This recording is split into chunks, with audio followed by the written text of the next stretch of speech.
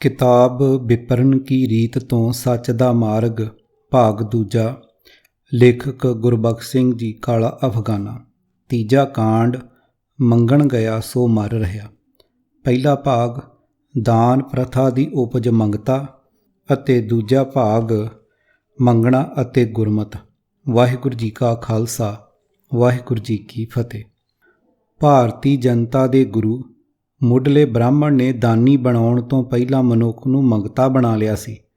ਦੇਵੀ ਦੇਵਤੇ ਅਥਵਾ ਸਰਬ ਸ਼ਕਤੀਮਾਨ ਪਰਮਾਤਮਾ ਕੋਲੋਂ ਦਾਨ ਨਾਲੋਂ ਕਈ ਗੁਣਾ ਵੱਧ ਲੋਕ ਪਰਲੋਕ ਦੇ ਪਦਾਰਥ ਹਾਸਲ ਕਰ ਲੈਣ ਦੀ ਲਾਲਸਾ ਵਾਲਾ ਦਾਨੀ ਅਸਲ ਵਿੱਚ ਮੰਗਤਾ ਪਹਿਲਾਂ ਬਣਦਾ ਹੈ ਅਤੇ ਦਾਨ ਕਰਨ ਦਾ ਫੈਸਲਾ ਪਿੱਛੋਂ ਕਰਦਾ ਹੈ। ਵਿਪਰ ਜੀ ਦੀ ਕਰਾਮਾਤੀ ਸਿਆਣਪ ਨੇ ਅਜੀਬ ਤਮਾਸ਼ਾ ਆਰੰਭ ਕਰ ਦਿੱਤਾ। ਜਮਾਂਦਰੂ ਮੰਗਤਾ ਸਰਬੱਤ ਦੇ ਦਾਤੇ ਨੂੰ ਦਾਨ ਦੇ ਰਿਹਾ ਹੈ। ਇੱਕ ਖਾਨਦਾਨੀ ਕੰਗਾਲ ਉਸ ਨੂੰ ਦਾਨ ਦੇ ਰਿਹਾ ਹੁੰਦਾ ਹੈ ਅਥਵਾ ਭਿਕਸ਼ਾ ਦੇ ਰਿਹਾ ਹੁੰਦਾ ਹੈ, ਜਿਹੜਾ ਬਾਦਸ਼ਾਹਾਂ ਦਾ ਵੀ ਬਾਦਸ਼ਾਹ ਹੈ, ਜਿਹੜਾ ਸ੍ਰਿਸ਼ਟੀ ਦਾ ਰਚੈਤਾ ਅਤੇ ਜੀਵਾਂ ਦਾ ਪਾਲਣਹਾਰ ਹੈ। ਇਹ ਨਖੇੜਾ ਕਰਨਾ ਔਖਾ ਹੋ ਗਿਆ ਕਿ ਦੋਹਾਂ ਵਿੱਚੋਂ ਅਸਲ ਮੰਗਤਾ ਕੌਣ ਹੈ ਤੇ ਅਸਲੀ ਦਾਤਾ ਕਿਹੜਾ ਪਾਸਾ ਹੈ।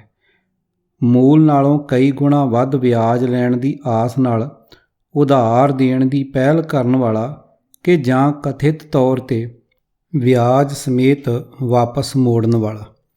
ਸਾਰੇ ਸ਼ਰਧਾਲੂ ਇਹੀ ਜਾਣਦੇ ਸਨ ਕਿ ਦਿੱਤਾ ਹੋਇਆ ਸਾਰਾ ਦਾਨ ਬ੍ਰਾਹਮਣ ਰਾਹੀਂ ਹੀ ਦੇਵਤੇ ਅਥਵਾ ਰੱਬ ਕੋਲ ਅਪੜਦਾ ਹੈ।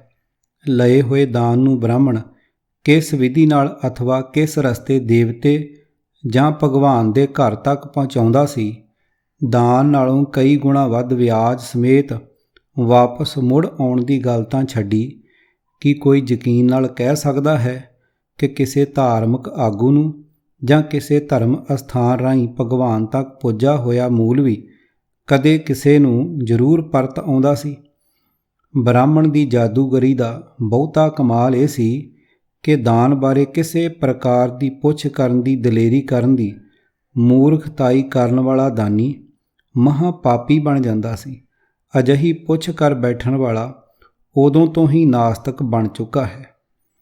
ਦਾਨ ਪ੍ਰਥਾ ਦੀ ਉਪਜ ਮੰਗਤਿਆਂ ਦੀ ਇਸ ਸ਼੍ਰੇਣੀ ਨੂੰ ਭਾਵ ਧਰਮ ਅਸਥਾਨਾਂ ਦੁਆਰਾ ਪੁਜਾਰੀਆਂ, ਗ੍ਰੰਥੀਆਂ, ਡੇਰੇਦਾਰ, ਸਾਧਾਂ, ਪੇਸ਼ਾਵਰ ਪ੍ਰਚਾਰਕਾਂ ਆਦਿ ਨੂੰ ਮਾਇਆ ਭੇਟਾ ਕਰਨ ਵਾਲਿਆਂ ਦੀ ਸ਼੍ਰੇਣੀ ਨੂੰ ਇਹ ਭਰਮ ਅਥਵਾ ਹੰਕਾਰ ਹੈ ਕਿ ਉਹ ਦਾਨੀ ਹਨ।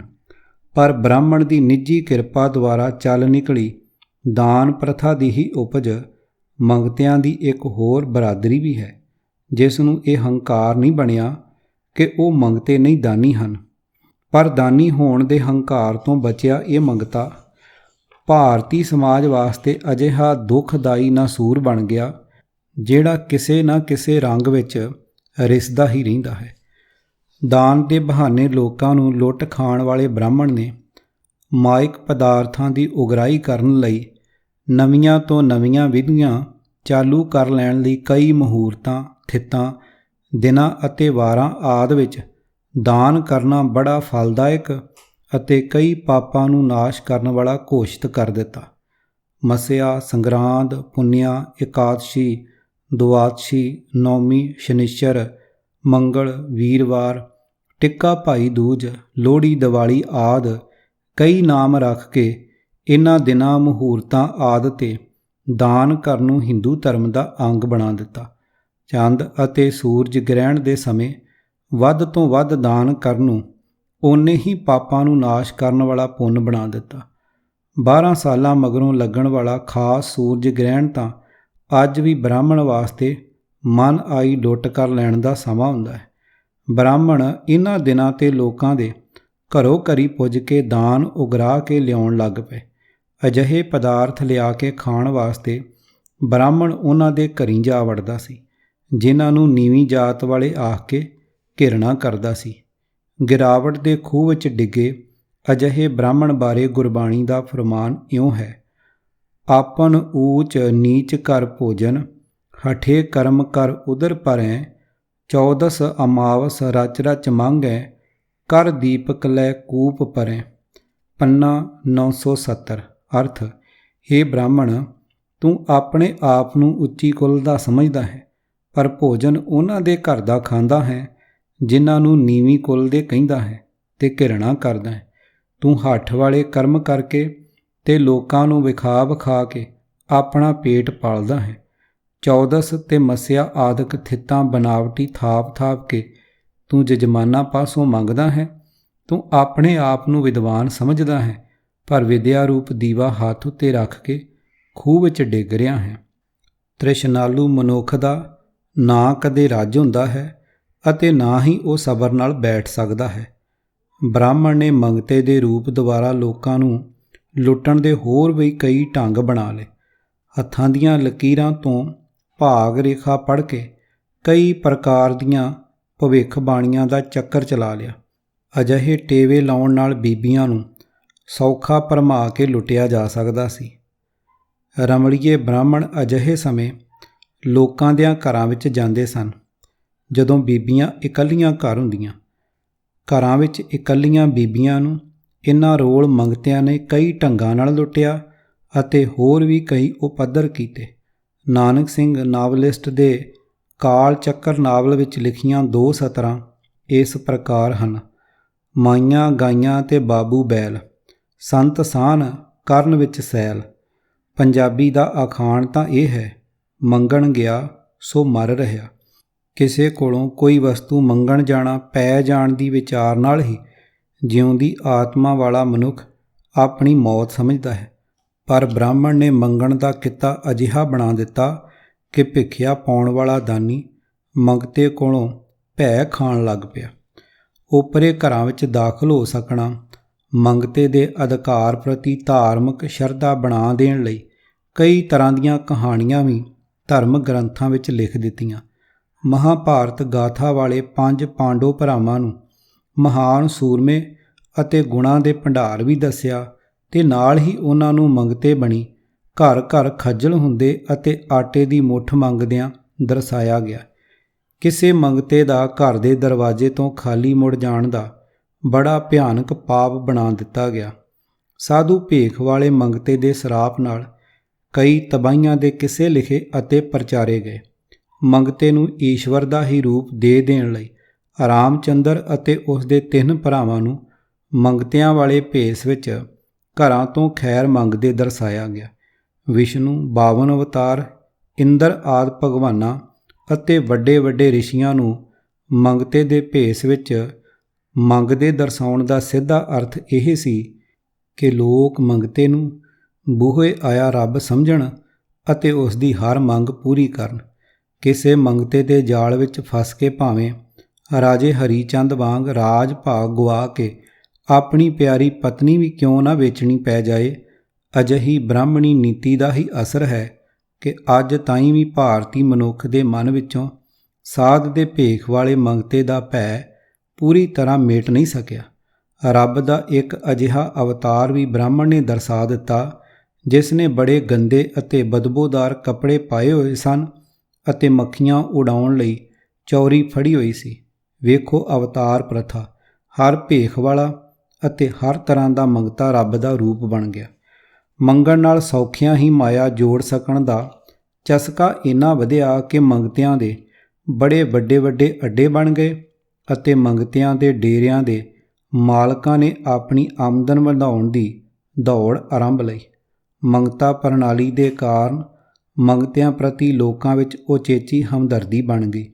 ਲੂਲੇ ਲੰਗੜੇ, ਲਾਚਾਰ ਅਥਵਾ ਬਿਮਾਰ ਮੰਗਤਿਆਂ ਵੱਲ ਲੋਕਾਂ ਦੀ ਰੁਚੀ ਵਧੇਰੇ ਹੁੰਦੀ ਵੇਖ ਕੇ ਮੰਗਤਿਆਂ ਨੇ ਨਕਲੀ ਅੰਨੇ, ਨਕਲੀ ਲੂਲੇ ਲੰਗੜੇ ਅਥਵਾ ਨਕਲੀ ਕੋਹੜੇ ਬਣ ਕੇ ਲੁੱਟਣਾ ਸ਼ੁਰੂ ਕਰ ਦਿੱਤਾ। ਪਰ ਪਾਰਖੂ ਦੀ ਨਜ਼ਰੀ ਚੜ੍ਹ ਜਾਣ ਕਾਰਨ ਮੰਗਤਿਆਂ ਦੀ ਇਸ ਕਰਤੂਤ ਦਾ ਲੋਕਾਂ ਨੂੰ ਪਤਾ ਲੱਗ ਗਿਆ। ਫਿਰ ਮੰਗਤੇ ਡੇਰੇਦਾਰਾਂ ਵਿੱਚ ਸੱਚਮੁੱਚ ਦੇ ਲਾਚਾਰ ਮਨੁੱਖਾਂ ਅਥਵਾ ਬੱਚਿਆਂ ਦੀ ਭਰਤੀ ਵਧਾਉਣ ਦੀ ਦੌੜ ਲੱਗ ਗਈ। ਖੱਟੀ ਵਧਾਉਣ ਦੀ ਹਿਰਸ ਕਾਰਨ ਬ੍ਰਾਹਮਣ ਸਾਧੂਆਂ ਦੇ ਭੇਖ ਵਾਲੇ ਇਨ੍ਹਾਂ ਮੰਗਤਿਆਂ ਨੇ ਮਾਪਿਆਂ ਦੇ ਮਾਸੂਮ ਬੱਚੇ ਚੁੱਕਣੇ ਆਰੰਭ ਕਰ ਦਿੱਤੇ। ਉਹਨਾਂ ਬੱਚਿਆਂ ਦੇ ਅੰਗ ਬੜੀ ਬੇਰਹਿਮੀ ਨਾਲ ਸੁਕਾ ਕੇ ਨਕਾਰਾ ਕਰ ਦਿੱਤੇ ਜਾਂਦੇ ਅਥਵਾ ਦੋਹਾਂ ਅੱਖੀਆਂ ਤੋਂ ਅੰਨੇ ਕਰਕੇ ਬੜੀ ਭੈੜੀ ਅਤੇ ਤਰਸਯੋਗ ਹਾਲਤ ਬਣਾ ਦਿੱਤੀ ਜਾਂਦੀ। ਫਿਰ ਉਹਨਾਂ ਨੂੰ ਮੰਗ ਕੇ ਲਿਆਉਣ ਦੀ ਸਿਖਲਾਈ ਦਿੱਤੀ ਜਾਂਦੀ। ਲਾਚਾਰ ਬੱਚਿਆਂ 'ਤੇ ਉਂਝ ਵੀ ਤਰਸ ਆਉਂਦਾ ਸੀ, ਫਿਰ ਅਜਿਹੇ ਬੱਚੇ ਮੰਗਦੇ ਵੀ ਰੱਬ ਦੇ ਹੀ ਨਾਮ 'ਤੇ ਸਨ। ਲੋਕਾਂ ਨੂੰ ਪਹਿਲਾਂ ਇਹ ਤਜਰਬਾ ਤਾਂ ਹੈ ਹੀ ਸੀ ਕਿ ਰੱਬ ਅਥਵਾ ਇਸ਼ਟ ਵੀ ਕੰਗਾਲਾਂ ਵਾਂਗ ਦਾਨ ਲੈਣਾ ਗਿੱਝਾ ਹੋਇਆ, ਸੋ ਰੱਬ ਅਤੇ ਗੁਰੂ ਦੇ ਨਾਂ 'ਤੇ ਮੰਗੀ ਜਾਂਦੀ ਖੈਰ ਨਾਲ ਹੋਰ ਵੀ ਪ੍ਰਭਾਵਿਤ ਹੋ ਕੇ ਲੋਕਾਂ ਨੇ ਵੱਧ ਤੋਂ ਵੱਧ ਦਾਨ ਦੇਣ ਵਿੱਚ ਉਚੇਚਾ ਪੁੰਨ ਸਮਝਿਆ।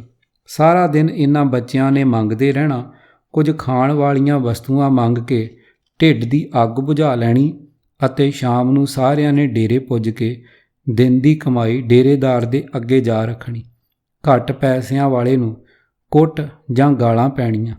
ਕਈ ਪਰਿਵਾਰਾਂ ਦੇ ਅੱਖੀਆਂ ਦੇ ਤਾਰੇ ਦਾਨ ਪ੍ਰਥਾ ਦੀ ਬਲੀ ਚੜ੍ਹ ਗਏ। ਅਜਿਹੇ ਲੁੱਟ ਖਾਣੇ ਜੋਗੀ ਜੰਗਮ, ਸਰੇਵੜੇ, ਭਾਟੜੇ ਆਦਿ ਘਰਾਂ ਦੇ ਬੂਹੇ ਖੜਕਾਈ ਹੀ ਰੱਖਦੇ ਅਤੇ ਅੜੀਆਂ ਕਰਕੇ ਮਨ ਭਾਉਂਦਾ ਦਾਨ ਲੈ ਕੇ ਹੀ ਹਿਲਦੇ। ਸਰਕਾਰ ਦੇ ਕਾਨੂੰਨ ਕਾਰਨ ਦਾਨ ਦੇ ਧਨ 'ਤੇ ਪਲਦੀ ਮੰਗਤਿਆਂ ਦੀ ਧਾੜ ਘੱਟ ਤਾਂ ਭਾਵੇਂ ਹੋ ਗਈ ਹੋਵੇ, ਪਰ ਲੋਕਾਂ ਦੇ ਬੱਚੇ ਚੁੱਕੇ ਜਾਣੇ ਪੂਰੀ ਤਰ੍ਹਾਂ ਬੰਦ ਅਜੇ ਵੀ ਨਹੀਂ ਹੋਏ। ਅਜਿਹੇ ਸਾਰੇ ਅਨਰਥ ਕਿਸੇ ਨਾ ਕਿਸੇ ਬ੍ਰਾਹਮਣੀ ਭੇਖ ਦੀ ਸਹਾਇਤਾ ਨਾਲ ਹੀ ਹੁੰਦੇ ਹਨ। ਲੋਕਾਂ ਨੂੰ ਸਿੱਖਿਆ ਦੇਣ ਲਈ ਤੁਰੇ ਫਿਰਦੇ ਅਜਿਹੇ ਹੀ ਮੰਗਤੇ ਧਰਮ ਗੁਰੂ ਬਾਰੇ ਗੁਰਦੇਵ ਜੀ ਦਾ ਫੁਰਮਾਨ ਹੈ: ਘੋਲੀ ਗੇਰੂ ਰੰਗ ਚੜਾਇਆ, ਵਸਤਰ ਭੇਖ ਭੇਖਾਰੀ, ਕਾਪੜ ਫਾਰ ਬਣਾਈ ਖਿੰਥਾ, ਝੋਲੀ ਮਾਇਆ ਧਾਰੀ, ਘਰ ਘਰ ਮੰਗੈ ਜਗ ਪ੍ਰਬੋਧੈ, ਮਨ ਅੰਧੇ ਪਤ ਹਾਰੀ, ਭਰਮ ਭੁਲਾਣਾ ਸ਼ਬਦ ਨਾ ਚੀਨੈ, ਜੂਵੇ ਬਾਜੀ ਹਾਰੀ। ਪੰਨਾ 1012। ਅਰਥ: ਅਜਿਹਾ ਮਨੁੱਖ ਗੇਰੂ ਘੋਲ ਕੇ ਉਸ ਦੇ ਰੰਗ ਵਿੱਚ ਆਪਣੇ ਕੱਪੜੇ ਰੰਗ ਲੈਂਦਾ ਹੈ। ਬ੍ਰਾਹਮਣ ਦੇ ਚਲਾਏ ਅਜਿਹੇ ਧਾਰਮਿਕ ਪਹਿਰਾਵੇ ਵਾਲੇ ਕੱਪੜੇ ਪਾ ਕੇ ਭਿਖਾਰੀ ਬਣ ਜਾਂਦਾ ਹੈ। ਕੱਪੜੇ ਪਾ ਕੇ ਪਹਿਨਣ ਲਈ ਗੋਦੜੀ ਬਣਾ ਲੈਂਦਾ ਹੈ ਅਤੇ ਅੰਨ, ਆਟਾ ਆਦਿਕ ਮਾਇਆ ਪਾਉਣ ਲਈ ਝੋਲੀ ਤਿਆਰ ਕਰ ਲੈਂਦਾ ਹੈ। ਆਪ ਤਾਂ ਹਰੇਕ ਘਰ ਵਿੱਚ ਜਾ ਕੇ ਮੰਗਦਾ ਹੈ, ਪਰ ਜਗਤ ਨੂੰ ਸਤ ਧਰਮ ਦਾ ਉਪਦੇਸ਼ ਕਰਦਾ ਹੈ। ਆਪਣਾ ਮਨ ਅੰਨਾ ਹੋਣ ਦੇ ਕਾਰਨ ਆਪਣੀ ਇੱਜ਼ਤ ਗਵਾ ਲੈਂਦਾ ਹੈ। ਭਟਕਣਾ ਵਿੱਚ ਪੈ ਕੇ ਜੀਵਨ ਰਾਹ ਤੋਂ ਖੁੰਝਿਆ ਹੋਇਆ ਗੁਰੂ ਦੇ ਸ਼ਬਦ ਨੂੰ ਪਛਾਣਦਾ ਨਹੀਂ। ਜਿਵੇਂ ਕੋਈ ਜੁਆਰੀਆ ਜੂਏ ਵਿੱਚ ਬਾਜ਼ੀ ਹਾਰਦਾ ਹੈ, ਤਿਵੇਂ ਅਜਿਹਾ ਬੰਦਾ ਆਪਣੀ ਮਨੁੱਖਾ ਜਨਮ ਦੀ ਬਾਜੀ ਹਾਰ ਜਾਂਦਾ ਹੈ। ਇਸੇ ਤਰ੍ਹਾਂ ਦੇ ਇੱਕ ਹੋਰ ਭੇਖੀ ਬਾਰੇ ਇਸ ਪ੍ਰਕਾਰ ਫਰਮਾਇਆ ਹੈ: ਕੁੰਵਰ ਤਾਬ ਗੇਰੀ ਕੇ ਬਸਤਰਾ, ਅਬਦਾ ਕਾ ਮਾਰਿਆ ਗ੍ਰਹਿ ਤੇ ਨਸਤਾ, ਦੇਸ਼ ਛੋੜ ਪਰਦੇਸੇ ਤਾਇਆ, ਪੰਚ ਚੰਡਾਲ ਨਾਲੇ ਲੈ ਆਇਆ। ਪੰਨਾ 1348। ਅਰਥ: ਜਿਹੜਾ ਮਨੁੱਖ ਧੂਣੀਆਂ ਤਪਾਉਂਦਾ ਰਹਿੰਦਾ ਹੈ, ਗੇਰੂ ਰੰਗੇ ਕੱਪੜੇ ਪਾਈ ਫਿਰਦਾ ਹੈ, ਉਂਝ ਕਿਸੇ ਵਿਪਤਾ ਦਾ ਮਾਰਿਆ ਆਪਣੇ ਘਰੋਂ ਭੱਜਾ ਫਿਰਦਾ ਹੈ, ਆਪਣਾ ਵਤਨ ਛੱਡ ਕੇ ਹੋਰ ਦੇਸ਼ਾਂ ਵਿੱਚ ਭਟਕਦਾ ਫਿਰਦਾ ਹੈ, ਅਜਿਹਾ ਮਨੁੱਖ ਕਾਮਾਦਿਕ ਪੰਜ ਚੰਡਾਲਾਂ ਨੂੰ ਤਾਂ ਆਪਣੇ ਅੰਦਰ ਨਾਲ ਹੀ ਲਈ ਫਿਰਦਾ ਹੈ। ਹੱਕ ਦੀ ਕਿਰਤ ਕਮਾਈ ਕਰਨ ਦੀ ਥਾਂ ਰੋਟੀ ਮੰਗ ਕੇ ਖਾਂਦਾ ਹੈ। ਇੱਕ ਹੋਰ ਬ੍ਰਾਹਮਣੀ ਮੰਗਤੇ ਦੀ ਹਾਲਤ: ਐ ਜੀ ਬਹੁਤੇ ਭੇਖ ਕਰੇ ਭਿਖਿਆ ਕੋ, ਕੇਤੇ ਉਦਰ ਭਰਨ ਕੈ ਤਾਈ, ਬਿਨ ਹਰ ਭਗਤ ਨਾਹੀ ਸੁਖ ਪ੍ਰਾਣੀ, ਬਿਨ ਗੁਰ ਗਰਭ ਨਾ ਜਾਈ। ਪੰਨਾ 504। ਅਰਥ: ਹੇ ਭਾਈ, ਤੂੰ ਪ੍ਰਭੂ ਦਾ ਨਾਮ ਵਿਸਾਰ ਕੇ ਪੇਟ ਭਰਨ ਦੀ ਖਾਤਰ ਦਰ ਦਰ ਤੋਂ ਭਿਖਿਆ ਲੈਣ ਵਾਸਤੇ ਕਈ ਤਰ੍ਹਾਂ ਦੇ ਧਾਰਮਿਕ ਭੇਖ ਬਣਾ ਰਿਹਾ ਹੈ, ਪਰ ਹੇ ਪ੍ਰਾਣੀ, ਪਰਮਾਤਮਾ ਦੀ ਭਗਤੀ ਤੋਂ ਬਿਨਾਂ ਆਤਮਿਕ ਆਨੰਦ ਨਹੀਂ ਮਿਲਦਾ।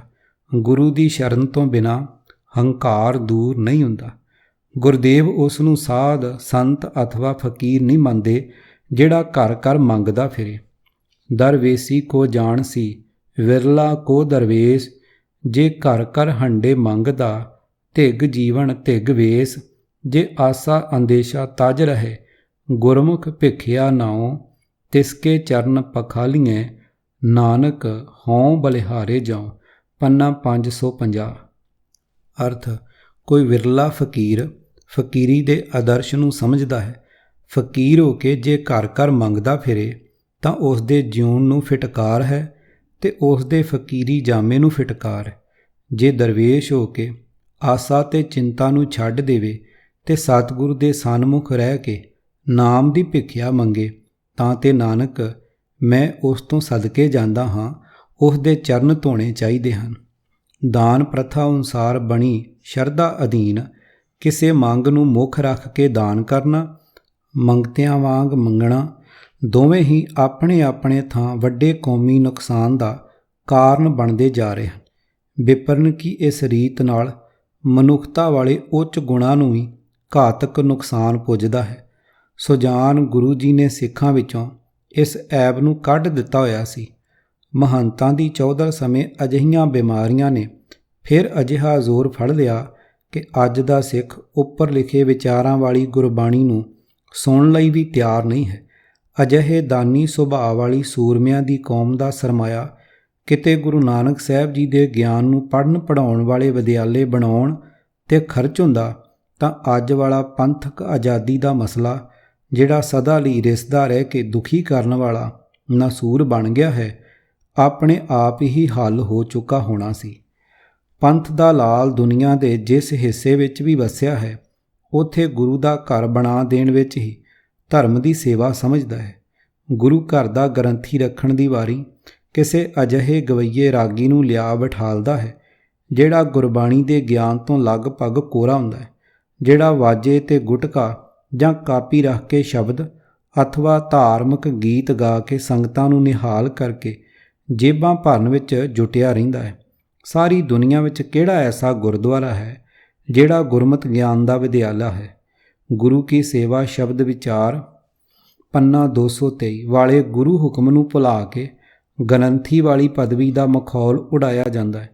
ਗੁਰੂ ਦੀਆਂ ਸ਼ਰਧਾਲੂ ਸੰਗਤਾਂ ਇਹ ਨਹੀਂ ਜਾਣਦੀਆਂ ਕਿ ਗਿਆਨ ਦੇ ਮਹਾਨ ਸੂਰਜ ਸ੍ਰੀ ਗੁਰੂ ਗ੍ਰੰਥ ਸਾਹਿਬ, ਜੋ 10 ਗੁਰੂ ਸਾਹਿਬਾਨਾਂ ਦੀ ਸਿੱਖਿਆ ਦੇ ਭੰਡਾਰ ਹਨ, ਦੇ ਅਦੁੱਤੀ ਗਿਆਨ ਨੂੰ ਦੁਨੀਆ ਵਿੱਚ ਵੰਡਣ ਦੀ ਥਾਂ ਇਸ ਗੁਰੂ ਗ੍ਰੰਥ ਸਾਹਿਬ ਨੂੰ ਸੋਨੇ ਦੇ ਕਲਸਾਂ ਵਾਲੇ ਗੁਰੂ ਘਰਾਂ ਅਥਵਾ ਰੇਸ਼ਮੀ ਰੁਮਾਲਿਆਂ ਵਿੱਚ ਬੰਦ ਰੱਖਣਾ ਪੁੰਨ ਦਾ ਕੰਮ ਨਹੀਂ, ਸਗੋਂ ਇੱਕ ਪੌ ਲੱਥੀ ਨਾਤਿਆਂ ਦੋਏ ਪਾ ਚੜ੍ਹੀਅਸ ਹੋਰ ਪੰਨਾ 799 ਵਾਲਾ ਭਾਣਾ ਨਾਲੋਂ ਨਾਲ ਹੀ ਵਰਤ ਰਿਹਾ ਹੈ। ਅਜਿਹੇ ਗੁਰੂ ਘਰਾਂ ਦੇ ਕਾਰਨ ਹੀ ਤੁਹਾਡੇ ਵਿੱਚ ਪਹਿਲਾਂ ਚੌਧਰ ਦੀ ਦੌੜ ਲੱਗਦੀ ਹੈ, ਫਿਰ ਗੁਰੂ ਦੀਆਂ ਸੰਗਤਾਂ ਵਿੱਚ ਭਰਮ ਦਾ ਹੋਰ ਵੀ ਵਾਧਾ ਪਿਛਲੀਆਂ ਕਮੇਟੀਆਂ ਨਾਲੋਂ ਵੱਧ ਮਾਇਆ ਇਕੱਤਰ ਕਰਨ ਦੀ ਦੌੜ ਆਰੰਭ ਹੋ ਜਾਂਦੀ ਅਤੇ ਇਹਨਾਂ ਕਮੇਟੀ ਘਰਾਂ ਦੇ ਬਣਾਈ ਜਾਣ ਕਾਰਨ ਸਿੱਖ ਹੋਰ ਤੋਂ ਹੋਰ ਧੜਿਆਂ ਵਿੱਚ ਵੰਡੇ ਜਾ ਰਹੇ ਹਨ। ਇਹ ਹੈ ਵਿਪਰਨ ਕੀ ਰੀਤ ਦੇ ਦਾਨ ਪ੍ਰਥਾ ਵਾਲੇ ਪੱਖ ਦਾ ਇੱਕ ਹੋਰ ਹਰਜਾਨਾ। ਗਹਿਰੀ ਬੇਭੂਤ ਲਾਏ ਬੈਠਾ ਤਾੜੀ, ਮੇਰੀ ਤੇਰੀ ਮੁੰਦਰਾਂ ਧਾਰੀ, ਮੰਗੇ ਟੂਕਾ ਤ੍ਰਿਪਤ ਨਾ ਪਾਵੇ, ਨਾਥ ਛੋਟ ਜਾਚੇ ਲਾਜ ਨ ਆਵੇ। ਪੰਨਾ 886। ਭਾਗ ਦੂਜਾ ਮੰਗਣਾ ਅਤੇ ਗੁਰਮਤਿ। ਪਿੱਛੇ ਅਸਾਂ ਉਸ ਮੰਗਤੇ ਦੇ ਦਰਸ਼ਨ ਕੀਤੇ ਹਨ ਜਿਹੜਾ ਧਰਮ ਆਗੂ ਦੀ ਚਲਾਈ ਹੋਈ ਦਾਨ ਪ੍ਰਥਾ ਦੇ ਕਾਰਨ ਪੈਦਾ ਹੋਇਆ ਸੀ। ਇੱਥੇ ਅਸਾਂ ਮੰਗਣ ਬਾਰੇ ਗੁਰਮਤਿ ਦਾ ਸਿਧਾਂਤ ਸਮਝਣਾ ਹੈ। ਸਤਿਗੁਰਾਂ ਦਾ ਫਰਮਾਨ ਹੈ ਕਿ ਮਨੁੱਖ ਅਜਿਹੀ ਭੁੱਖ ਦਾ ਰੋਗੀ ਹੈ ਜੋ ਸਾਰੇ ਸੰਸਾਰ ਦੇ ਪਦਾਰਥ ਪ੍ਰਾਪਤ ਕਰ ਲੈਣ ਨਾਲ ਵੀ ਨਹੀਂ ਮਿਟਦੀ। ਭੁੱਖਿਆਂ ਭੁੱਖ ਨਾ ਉਤਰੀ ਜੇ ਬੰਨਾ ਪੁਰੀਆਂ ਭਾਰ, ਜਪਜੀ ਸਾਹਿਬ। ਅਤੇ ਫਿਰ ਜਪਜੀ ਸਾਹਿਬ ਦੀ ਚੌਥੀ ਪੌੜੀ ਵਿੱਚ ਮਨੁੱਖ ਦੀ ਦਾਤਾਂ ਮੰਗਣ ਵਾਲੀ ਕਮਜ਼ੋਰੀ ਦਾ ਵਰਣਨ ਕਰਦੇ ਹੋਏ ਸਤਿਗੁਰੂ ਨਾਨਕ ਸਾਹਿਬ ਜੀ ਫਰਮਾਨ ਕਰਦੇ ਹਨ, ਆਖੈ ਮੰਗੈ ਦੇਹ ਦੇ। ਭਾਵ ਮਨੁੱਖ ਹਰ ਸਮੇਂ ਕਿਸੇ ਨਾ ਕਿਸੇ ਪਦਾਰਥ ਦੀ ਮੰਗ ਕਰਦਾ ਹੀ ਰਹਿੰਦਾ ਹੈ। ਪੇਟ ਦੀ ਭੁੱਖ ਦੀ ਲੋੜ ਪੂਰੀ ਕਰਨ ਲਈ ਮਨੁੱਖ ਦਾ ਬੱਚਾ ਜਨਮ ਤੋਂ ਹੀ ਰੋਣਾ ਆਰੰਭ ਕਰਦਾ ਹੈ ਅਤੇ ਮਰਦੇ ਦਮ ਤੱਕ ਇਸ ਦੀ ਤ੍ਰਿਸ਼ਨਾ ਭੁੱਖ ਕਦੇ ਮੱਠੀ ਨਹੀਂ ਹੁੰਦੀ। ਸਾਰੀ ਜ਼ਿੰਦਗੀ ਤ੍ਰਿਸ਼ਨਾ ਭੁੱਖ ਨੂੰ ਤ੍ਰਿਪਤ ਕਰਨ ਲਈ ਪੁੱਠੇ ਸਿੱਧੇ ਤਰਲੇ ਲੈਂਦਾ ਹੀ ਰਹਿੰਦਾ ਹੈ। ਕਮਾਈ ਕਰਕੇ ਲੋੜਾਂ ਪੂਰੀਆਂ ਕਰਨੀਆਂ ਸ਼ੁਭ ਗੁਣ ਹੈ, ਪਰ ਮਨੁੱਖ ਭਾਵੇਂ ਕਿੱਡੀ ਵੀ ਵੱਡੀ ਆਮਦਨ ਵਾਲੇ ਕਾਰੋਬਾਰ ਦਾ ਮਾਲਕ ਬਣ ਜਾਵੇ, ਉਹ ਕਦੇ ਤ੍ਰਿਪਤ ਨਹੀਂ ਹੁੰਦਾ। ਇਹਨਾਂ ਸੰਸਾਰੀ ਲੋੜਾਂ ਦਾ ਮਾਰਿਆ ਹੀ ਮਨੁੱਖ ਬੇਸ਼ੁਮਾਰ ਧਰਮ ਅਸਥਾਨਾਂ 'ਤੇ ਜਾ ਕੇ ਸੁਖਣਾ ਸੁੱਖਦਾ ਅਤੇ ਸੁਖਣਾ ਲਾਉਂਦਾ ਜ਼ਿੰਦਗੀ ਦਾ ਕੀਮਤੀ ਸਮਾਂ ਨਸ਼ਟ ਕਰੀ ਜਾਣ ਨੂੰ ਪੁੰਨ ਕਰਮ ਮੰਨੀ ਬੈਠਾ ਹੈ। ਭੁੱਖ, ਤ੍ਰਿਸ਼ਨਾ ਅਥਵਾ ਲੋਭ ਆਦਿ ਅਜਿਹੇ ਰੋਗ ਹਨ ਜਿਹੜੇ ਮਨੁੱਖ ਦੇ ਅੰਦਰੋਂ ਸ਼ਰਮ, ਹਿਆ, ਅਣਖ, ਸਵੈਮਾਨ ਵਰਗੇ ਸ਼ੁਭ ਗੁਣ ਖਤਮ ਕਰ ਦਿੰਦੇ ਹਨ। ਭੁੱਖਾ ਮਨੁੱਖ ਸ਼ਰਮ, ਹਿਆ ਗਵਾ ਕੇ ਅਗਲੇ ਦੇ ਬੋਲ ਕਬੋਲ ਵੀ ਚੱਲ ਲੈਂਦਾ ਹੈ। ਖੁਦਿਆਵੰਤ ਨਾ ਜਾਣਈ, ਲਾਜ ਕੁਲਾਜ ਕਬੋਲ। ਪੰਨਾ 317। ਨਰਕਾਂ ਤੋਂ ਬਚ ਕੇ ਸੁਰਗਾਂ ਵਿੱਚ ਜਾਣ ਦੀ ਭੁੱਖ ਨਾਲ ਅਣਖ ਗੁਆ ਬੈਠੇ ਮਨੁੱਖ ਨੇ ਹੀ ਬ੍ਰਾਹਮਣ ਦੇ ਕਹੇ ਆਪਣੀ ਇਸਤਰੀ, ਆਪਣੀ ਬੇਟੀ ਅਤੇ ਆਪਣੀ ਭੈਣ ਤੱਕ ਦਾਨ ਕਰ ਦੇਣੀ ਵੱਡਾ ਪੁੰਨ ਕਰਮ ਮੰਨ ਲਿਆ ਸੀ। ਧਰਮ ਦੇ ਆਗੂ ਬ੍ਰਾਹਮਣ ਨੇ ਧਰਮ ਦੇ ਅਰਥ ਆਪਣੀ ਸਵਾਰਥ ਸਿੱਧੀ ਵਾਲੇ ਬਣਾ ਕੇ ਲੋਕਾਂ ਨੂੰ ਪਾਪ ਪੁੰਨ, ਸੁਰਗ ਨਰਕ, 4 ਪਦਾਰਥ, ਕਾਮ ਧੇਨ, ਪਾਰ ਜਾਤ, 9 ਨਿਧੀਆਂ, 18 ਸਿੱਧੀਆਂ ਆਦਿ ਦੇ ਲਾਲਚਾਂ ਦੀ ਭੁੱਖ ਵਿੱਚ ਜਕੜ ਕੇ ਲੁੱਟਣਾ ਆਰੰਭਿਆ ਹੋਇਆ ਸੀ। ਲੋਭੀ ਅਤੇ ਭਰਮੀ ਮਨੁੱਖ ਨੂੰ ਲੁੱਟ ਖਾਣ ਲਈ ਧਾਰਮਿਕ ਲੁਟੇਰੇ ਨੇ ਕਈ ਭੇਖ ਬਣਾ ਲਏ। ਰੱਬੀ ਸ਼ਕਤੀਆਂ ਦੇ ਮਾਲਕ ਹੋਣ ਦਾ ਭਰਮ ਬਣਾ ਕੇ ਲੋਕਾਂ ਦੀਆਂ ਆਸਾਂ ਮੁਰਾਦਾਂ ਪੂਰੀਆਂ ਕਰਨ ਵਾਲੇ ਬੇਸ਼ੁਮਾਰ ਡੇਰੇ ਪ੍ਰਗਟ ਹੋ ਗਏ।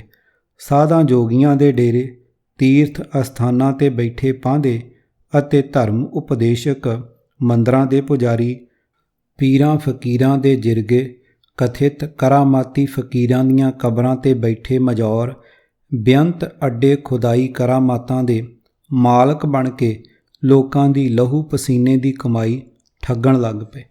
ਕੋਈ ਨਹੀਂ ਸੀ ਲੋਕਾਂ ਨੂੰ ਕਹਿਣ ਵਾਲਾ ਕਿ ਇਹਨਾਂ ਕਥਿਤ ਧਰਮ ਅਸਥਾਨਾਂ ਦੀ ਕਿਸੇ ਕਰਾਮਾਤ ਨਾਲ ਕਿਸੇ ਨੂੰ ਕੁਝ ਨਹੀਂ ਮਿਲਦਾ। ਆਖਰ ਹਿੰਦ ਵਿੱਚ ਇੱਕ ਅਜਿਹੀਆਂ ਸ਼ਕਤੀਆਂ ਅਤੇ ਬਰਕਤਾਂ ਵਾਲਾ ਮਹਾਂਪੁਰਖ ਆਇਆ ਜਿਸ ਕੋਲ ਸੰਸਾਰ ਦੇ ਸਾਰਿਆਂ ਭੁੱਖਿਆਂ ਦੀ ਭੁੱਖ ਮਿਟਾ ਸਕਣ ਦੀ ਯੋਗਤਾ ਦਾ ਭੰਡਾਰਾ ਸੀ। ਸਤਿਗੁਰਾਂ ਨੇ ਜਦ ਪਰਮਾਤਮਾ ਦੀ ਅੰਸ਼ ਮਨੁੱਖ ਨੂੰ ਮੰਗਤਾ ਬਣਿਆ ਗਿਰਾਵਟ ਦੇ ਖੂਹ ਵਿੱਚ ਡਿੱਗਾ ਹੋਇਆ ਵੇਖਿਆ ਤਾਂ ਹਿਰਦਾ ਤਰਸ ਨਾਲ ਭਰ ਗਿਆ। ਅਜਿਹੇ ਗਿਆਨ ਦਾ ਖਜ਼ਾਨਾ ਬਖਸ਼ਿਸ਼ ਕੀਤਾ ਕਿ ਜੇ ਮਨੁੱਖ ਉਸ ਅਨੁਸਾਰ ਜੀਵਨ ਨੂੰ ਢਾਲ ਲਵੇ ਤਾਂ ਉਸ ਨੂੰ ਮੰਗਣ ਦੀ ਲੋੜ ਤੋਂ ਸਦਾ ਲਈ ਖਲਾਸੀ ਮਿਲ ਜਾਣ ਦੇ ਨਾਲ ਤੇਜ ਪ੍ਰਤਾਪ ਵਾਲੀ ਜੀਵਨ ਜੁਗਤ ਵੀ ਪ੍ਰਾਪਤ ਹੋ ਜਾਵੇ। ਗੁਰੂ ਗ੍ਰੰਥ ਸਾਹਿਬ ਜੀ ਦੇ 14 ਅੰਕ 'ਤੇ ਗੁਰ ਪਰਮੇਸ਼ਰ ਸ੍ਰੀ ਗੁਰੂ ਨਾਨਕ ਸਾਹਿਬ ਜੀ ਦਾ ਪਾਵਨ ਸ਼ਬਦ ਹੈ, ਜਿਸ ਵਿੱਚ ਉਹਨਾਂ ਨੇ ਬੜੇ ਮਿੱਠੇ ਅਤੇ ਸੰਸਾਰ ਦੇ ਰਹਿਬਰਾਂ ਨਾਲੋਂ ਪਿਆਰੇ ਉਪਦੇਸ਼ ਢੰਗ ਨਾਲ ਜੋ ਕੁਝ ਸਮਝਾਇਆ ਹੈ, ਆਓ ਇਕਾਗਰਤਾ ਨਾਲ ਸਮਝ ਕੇ ਨਿਰਣਾ ਕਰੀਏ। ਅਜਿਹਾ ਉਪਦੇਸ਼ ਦੇਣ ਵਾਲੇ ਸਤਿਗੁਰਾਂ ਦੇ ਦਰਬਾਰ ਵਿੱਚੋਂ ਕੀ ਕਦੇ ਕੋਈ ਸੰਸਾਰੀ ਪਦਾਰਥ ਮੰਗਣਾ ਚਾਹੀਦਾ ਹੈ? ਮੋਤੀ ਤਾਂ ਮੁੰਦਰ ਉਸਰੈ, ਰਤਨੀ ਤਾਂ ਹੋਏ ਜੜਾਓ, ਕਸਤੂਰ ਕੁੰਗੂ ਅਗਰ ਚੰਦਨ, ਲੀਪ ਆਵੇ ਚਾਓ, ਮਤ ਦੇਖ ਭੂਲਾਂ ਵਿਸਰੈ, ਤੇਰਾ ਚਿਤ ਨ ਆਵੇ ਨਾਉ, ਹਰ ਬਿਨ ਜੀਓ ਜਲ ਬਲ ਜਾਉ, ਮੈਂ ਆਪਣਾ ਗੁਰ ਪੂਛ ਦੇਖਿਆ, ਅਵਰ ਨਾਹੀ ਥਾਉ ਰਹਾਓ, ਧਰਤੀ ਤਾਂ ਹੀਰੇ ਲਾਲ ਜੜਤੀ, ਪਲੰਗ ਲਾਲ ਜੜਾਉ, ਮੋਹਣੀ ਮੁਖ ਮਣੀ ਸੋ ਹੈ, ਕਰੇ ਰੰਗ ਪਸਾਓ, ਮਤ ਦੇਖ ਭੂਲਾਂ ਵਿਸਰੈ, ਤੇਰਾ ਚਿਤ ਨ ਆਵੇ ਨਾ, ਸਿੱਧ ਹੋਵਾਂ ਸਿੱਧ ਲਾਈ ਰਿੱਧ ਆਖਾਂ ਆਓ, ਗੁਪਤ ਪ੍ਰਗਟ ਹੋਏ ਬੈਸਾਂ, ਲੋਕ ਰਾਖੈ ਭਾਓ, ਮਤ ਦੇਖ ਭੂਲਾਂ ਵਿਸਰੈ, ਤੇਰਾ ਚਿਤ ਨ ਆਵੇ ਨਾ, ਸੁਲਤਾਨ ਹੋਵਾਂ ਮੇਲ ਲਸ਼ਕਰ, ਤਖਤ ਰਾਖਾਂ ਪਾਓ, ਹੁਕਮ ਹਾਸਲ ਕਰੀ ਬੈਠਾ, ਨਾਨਕਾ ਸਭ ਵਾਓ, ਮਤ ਦੇਖ ਭੂਲਾਂ ਵਿਸਰੈ, ਤੇਰਾ ਚਿਤ ਨ ਆਵੇ ਨਾ। ਪੰਨਾ 14। ਅਰਥ, ਜੇ ਮੇਰੇ ਵਾਸਤੇ ਮੋਤੀਆਂ ਦੇ ਮਹਿਲ ਮਾੜੀਆਂ ਉਸਰ ਪੈਣ, ਜੇ ਉਹ ਮਹੱਲ ਮਾੜੀਆਂ ਰਤਨਾਂ ਨਾਲ ਜੜਾਊ ਹੋਣ, ਜੇ ਮਨ ਵਿੱਚ ਚਾਅ ਪੈਦਾ ਕਰਨ ਲਈ ਉਹਨਾਂ ਵਿੱਚ ਕਸਤੂਰੀ, ਕੇਸਰ, ਊਂਦ ਤੇ ਚੰਦਨ ਨਾਲ ਲਿਪਾਈ ਕੀਤੀ ਹੋਵੇ, ਤਾਂ ਵੀ ਇਹ ਸਭ ਕੁਝ ਵਿਅਰਥ ਹੈ। ਮੈਨੂੰ ਖਤਰਾ ਹੈ ਕਿ ਇਹਨਾਂ ਮਹਿਲ ਮਾੜੀਆਂ ਨੂੰ ਵੇਖ ਕੇ ਮੈਂ ਕਿਤੇ ਹੇ ਪ੍ਰਭੂ ਤੈਨੂੰ ਭੁਲਾ ਨਾ ਬੈਠਾਂ, ਕਿਤੇ ਤੂੰ ਮੈਨੂੰ ਵਿਸਰ ਨਾ ਜਾਏ, ਕਿਤੇ ਤੇਰਾ ਨਾਮ ਮੇਰੇ ਚਿੱਤ ਵਿੱਚ ਟਿਕੇ ਹੀ ਨਾ। ਮੈਂ ਆਪਣੇ ਗੁਰੂ ਨੂੰ ਪੁੱਛ ਕੇ ਵੇਖ ਲਿਆ ਹੈ, ਮੈਂ ਆਪਣੇ ਗੁਰੂ ਨੂੰ ਪੁੱਛਿਆ ਹੈ ਅਤੇ ਮੈਨੂੰ ਪ੍ਰਤੱਖ ਦਿਸ ਪਿਆ ਹੈ ਕਿ ਪ੍ਰਭੂ ਤੋਂ ਵਿਛੜ ਕੇ ਜਿੰਦ ਸੜ ਬਲ ਜਾਂਦੀ ਹੈ ਤੇ ਪ੍ਰਭੂ ਦੀ ਯਾਦ ਤੋਂ ਬਿਨਾਂ ਹੋਰ ਕੋਈ ਥਾਂ ਵੀ ਨਹੀਂ ਹੈ ਜਿੱਥੇ ਉਹ ਸਾੜਾ ਮੁੱਕ ਸਕੇ। ਰਹਾਓ, ਜੇ ਮੇਰੇ ਰਹਿਣ ਵਾਸਤੇ ਧਰਤੀ ਹੀਰੇ ਲਾਲਾਂ ਨਾਲ ਜੜੀ ਜਾਏ, ਜੇ ਮੇਰੇ ਸੌਣ ਵਾਲੇ ਪਲੰਘ ਉੱਤੇ ਲਾਲ ਜੜੇ ਜਾਣ, ਜੇ ਮੇਰੇ ਸਾਹਮਣੇ ਉਹ ਸੁੰਦਰ ਇਸਤਰੀ ਹਾਵ ਭਾਵ ਕਰੇ ਜਿਸ ਦੇ ਮੱਥੇ 'ਤੇ ਮਣੀ ਸੋਭ ਰਹੀ ਹੋਵੇ, ਜੇ ਮੈਂ ਪੁੱਗਾ ਹੋਇਆ ਜੋਗੀ ਬਣ ਜਾਵਾਂ, ਜੇ ਮੈਂ ਯੋਗ ਸਮਾਧੀ ਦੀਆਂ ਸਫਲਤਾਵਾਂ ਪ੍ਰਾਪਤ ਕਰ ਲਵਾਂ, ਜੇ ਯੋਗ ਤੋਂ ਪ੍ਰਾਪਤ ਹੋ ਸਕਣ ਵਾਲੀਆਂ ਬਰਕਤਾਂ ਨੂੰ ਆਵਾਜ਼ਾਂ ਮਾਰ ਕੇ ਉਹ ਮੇਰੇ ਕੋਲ ਆ ਜਾਣ, ਜੇ ਯੋਗ ਦੀ ਸ਼ਕਤੀ ਨਾਲ ਮੈਂ ਕਦੇ ਲੁਕ ਸਕਾਂ ਤੇ ਕਦੇ ਪ੍ਰਤੱਖ ਹੋ ਕੇ ਬੈਠ ਜਾਵਾਂ, ਜੇ ਸਾਰਾ ਜਗਤ ਮੇਰਾ ਆਦਰ ਕਰੇ, ਜੇ ਮੈਂ ਫੌਜਾਂ ਇਕੱਠੀਆਂ ਕਰਕੇ ਬਾਦਸ਼ਾਹ ਬਣ ਜਾਵਾਂ, ਜੇ ਮੈਂ ਤਖਤ ਉੱਤੇ ਬੈਠਾ ਬਾਦਸ਼ਾਹੀ ਦਾ ਹੁਕਮ ਚਲਾ ਸਕਾਂ ਤਾਂ ਵੀ, ਹੇ ਨਾਨਕ, ਇਹ ਸਭ ਕੁਝ ਵਿਅਰਥ ਹੈ। ਮੈਨੂੰ ਖਤਰਾ ਹੈ ਕਿ ਇਹ ਸਾਰਾ ਕੁਝ ਮੇਰੀ ਬੁੱਧ ਨਾ ਫੇਰ ਦੇਵੇ, ਮੈਂ ਕਿਤੇ ਪ੍ਰਭੂ ਨੂੰ ਨਾ ਭੁਲਾ ਬੈਠਾਂ। ਆਪਣੇ ਮਨ ਨੂੰ ਕਹਿਣ ਵਾਲੀ ਗੱਲ ਕਦੇ ਕੋਈ ਗ੍ਰੰਥ ਵਿੱਚ ਲਿਖਦਾ ਹੈ? ਕਿਸੇ ਦਾ ਵੀ ਦਿਲ ਨਾ ਦਿਖਾਉਣ ਵਾਲੇ ਮਿੱਠ ਬੋਲੜੇ ਪਾਤਸ਼ਾਹ ਜੀ ਆਪਣੇ ਮਨ ਨੂੰ ਸੰਬੋਧਨ ਕਰਕੇ ਸਾਨੂੰ ਸਮਝਾ ਰਹੇ ਹਨ ਕਿ ਸੰਸਾਰੀ ਪਦਾਰਥਾਂ ਮਗਰ ਭੱਜਦੇ ਫਿਰਦਿਆਂ ਪਦਾਰਥਾਂ ਦੇ ਦਾਤੇ ਪ੍ਰਭੂ ਨੂੰ ਕਦੇ ਨਹੀਂ ਭੁੱਲਣਾ ਚਾਹੀਦਾ। ਗੁਰੂ ਦਰਬਾਰ ਵਿੱਚ ਪਦਾਰਥਾਂ ਦੀ ਪ੍ਰਾਪਤੀ ਦੀ ਮੰਗ ਲੈ ਕੇ ਨਹੀਂ ਜਾਣਾ, ਸਗੋਂ ਅਜਿਹੀ ਤ੍ਰਿਸ਼ਨਾ ਤੋਂ ਖਲਾਸੀ ਦੀ ਅਤੇ ਅਜਿਹੀ ਸਮਰੱਥਾ ਦੀ ਮੰਗ ਹੀ ਕਰਨੀ ਚਾਹੀਦੀ ਹੈ ਜਿਸ ਤੋਂ ਪ੍ਰਭੂ ਨਾਲ ਇੱਕ ਸੁਰਤਾ ਕਰ ਸਕੀਏ। ਸਤਿਗੁਰਾਂ ਨੇ ਸੰਸਾਰ ਦੇ ਸਭ ਪ੍ਰਕਾਰ ਦੇ ਪਦਾਰਥ ਰੱਦ ਕਰਦਿਆਂ ਪ੍ਰਭੂ ਜਾਦ ਨਾਲ ਜੁੜੀ ਉੱਚੀ ਜੀਵਨ ਜੁਗਤ ਹੀ ਸ੍ਰੇਸ਼ਟ ਦਰਸਾਈ ਹੈ। ਸਾਰੇ ਸੰਸਾਰ ਦੀ ਭੁੱਖ ਮਿਟਾਉਣ ਆਏ ਗੁਰਦੇਵ ਜੀ ਆਪਣੇ ਹੀ ਮਨ ਨੂੰ ਸੰਬੋਧਨ ਕਰਕੇ ਸਾਨੂੰ ਦਾਨੀ ਮੰਗਤਿਆਂ ਨੂੰ ਸਾਰੀਆਂ ਭੁੱਖਾਂ ਮਿਟਾਉਣ ਵਾਲੇ ਵਡਮੁੱਲੇ ਉਪਦੇਸ਼ ਦੀ ਬਖਸ਼ਿਸ਼ ਕੀਤੀ ਹੈ। ਹਜ਼ਾਰਾਂ ਸਾਲਾਂ ਤੋਂ ਬਣੇ ਹੋਏ ਬ੍ਰਾਹਮਣੀ ਸੰਸਕਾਰ ਗੁਰੂ ਨਾਨਕ ਸਾਹਿਬ ਜੀ ਨੇ ਲੰਬੀ ਸਾਧਨਾ ਨਾਲ ਅਜਿਹੇ ਕੱਢੇ ਕਿ ਗੁਰੂ ਨਾਨਕ ਸਾਹਿਬ ਜੀ ਦਾ ਸਿੱਖ ਆਪਣੇ ਨਿਆਰੇ ਸਤਿਗੁਰਾਂ ਦੀ ਨਿਆਰੀ ਸਿੱਖਿਆ ਨਾਲ ਜੁੜ ਕੇ ਨਿਆਰੇ ਆਚਰਣ ਅਤੇ ਨਿਆਰੀ ਆਚਰਣਕ ਆਭਾ ਨਾਲ ਜਗ ਮੰਗਾਉਂਦਾ ਅਨਮੋਲ ਰਤਨਾਂ ਜਵਾਹਰਾਂ ਮਾਣਕਾਂ ਦਾ ਮਾਲਕ ਬਣ ਗਿਆ ਸੀ। ਮੱਤ ਵਿੱਚ ਰਤਨ ਜਵਾਹਰ ਮਾਣਕ ਮੰਗ ਕੇ ਖਾਣਾ ਸਿੱਖ ਧਰਮ ਵਿੱਚ ਬੱਜਰ ਪਾਪ ਬਣ ਗਿਆ। ਧਰਮ ਦੀ ਕਿਰਤ ਕਰਕੇ ਵੰਡ ਛਕਣਾ ਸਿੰਘ ਦੀ ਜੀਵਨ ਮਰਜ਼ਾਦਾ ਬਣ ਗਈ। ਸੁਖਣਾ ਕਰਨੀਆਂ ਅਥਵਾ ਦਾਨ ਦੇ ਵੱਟੇ ਵੱਧ ਪਦਾਰਥਾਂ ਦੇ ਮਿਲਣ ਦੀ ਆਸ ਤੋਂ ਗੁਰੂ ਨਾਨਕ ਸਾਹਿਬ ਜੀ ਦਾ ਸੰਤ ਸਿਪਾਹੀ ਅਣਜਾਣ ਹੋ ਚੁੱਕਾ ਸੀ। ਸੁਖਣਾ ਰਾਹੀਂ ਆਪਣੀਆਂ ਆਸਾਂ ਮੁਰਾਦਾਂ ਪੂਰੀਆਂ ਕਰਨ ਵਾਲਾ ਕੱਲ੍ਹ ਦਾ ਮੰਗਤਾ ਅੱਜ ਬੜੇ ਵਿਸ਼ਾਲ ਅਤੇ ਸ਼ਕਤੀਸ਼ਾਲੀ ਰਾਜ ਭਾਗ ਦਾ ਮਾਲਕ ਬਣ ਗਿਆ। ਸਤਿਗੁਰਾਂ ਨੇ ਮਨੁੱਖ ਨੂੰ ਮੰਗਤੇ ਤੋਂ ਨਿਸ਼ਕਾਮ ਸੇਵਕ ਕਿਵੇਂ ਬਣਾ ਦਿੱਤਾ, ਆਓ ਗੁਰਮਤਿ ਦੇ ਉਸ ਭੇਦ ਨੂੰ ਸਮਝਣ ਲਈ ਸਤਿਗੁਰਾਂ ਦੇ ਅਨਮੋਲ ਬਚਨਾਂ ਦੀ ਵਿਚਾਰ ਨਾਲ ਜੁੜੇ ਰਹੀਏ। ਸ਼ਾਇਦ ਕਿਸੇ ਘੜੀ ਇਹ ਜੋਤ ਸਰੂਪ ਮਨ ਆਪਣੇ ਅਸਲੇ ਦੀ ਪਛਾਣ ਕਰ ਲਵੇ। ਕਿਤਾਬ ਵਿਪਰਨ ਕੀ ਰੀਤ ਤੋਂ ਸੱਚ ਦਾ ਮਾਰਗ ਭਾਗ ਦੂਜਾ, ਲੇਖਕ ਗੁਰਬਖਸ਼ ਸਿੰਘ ਜੀ ਕਾਲਾ ਅਫਗਾਨਾ, ਦੂਜੇ ਕਾਂਡ ਦਾ ਪਹਿਲਾ ਅਤੇ ਦੂਜਾ ਭਾਗ। ਆਵਾਜ਼ ਗੁਰਜੰਟ ਸਿੰਘ ਰੂਪੋਵਾਲੀ। ਵਾਹਿਗੁਰੂ ਜੀ ਕਾ ਖਾਲਸਾ, ਵਾਹਿਗੁਰੂ ਜੀ ਕੀ ਫਤਿਹ।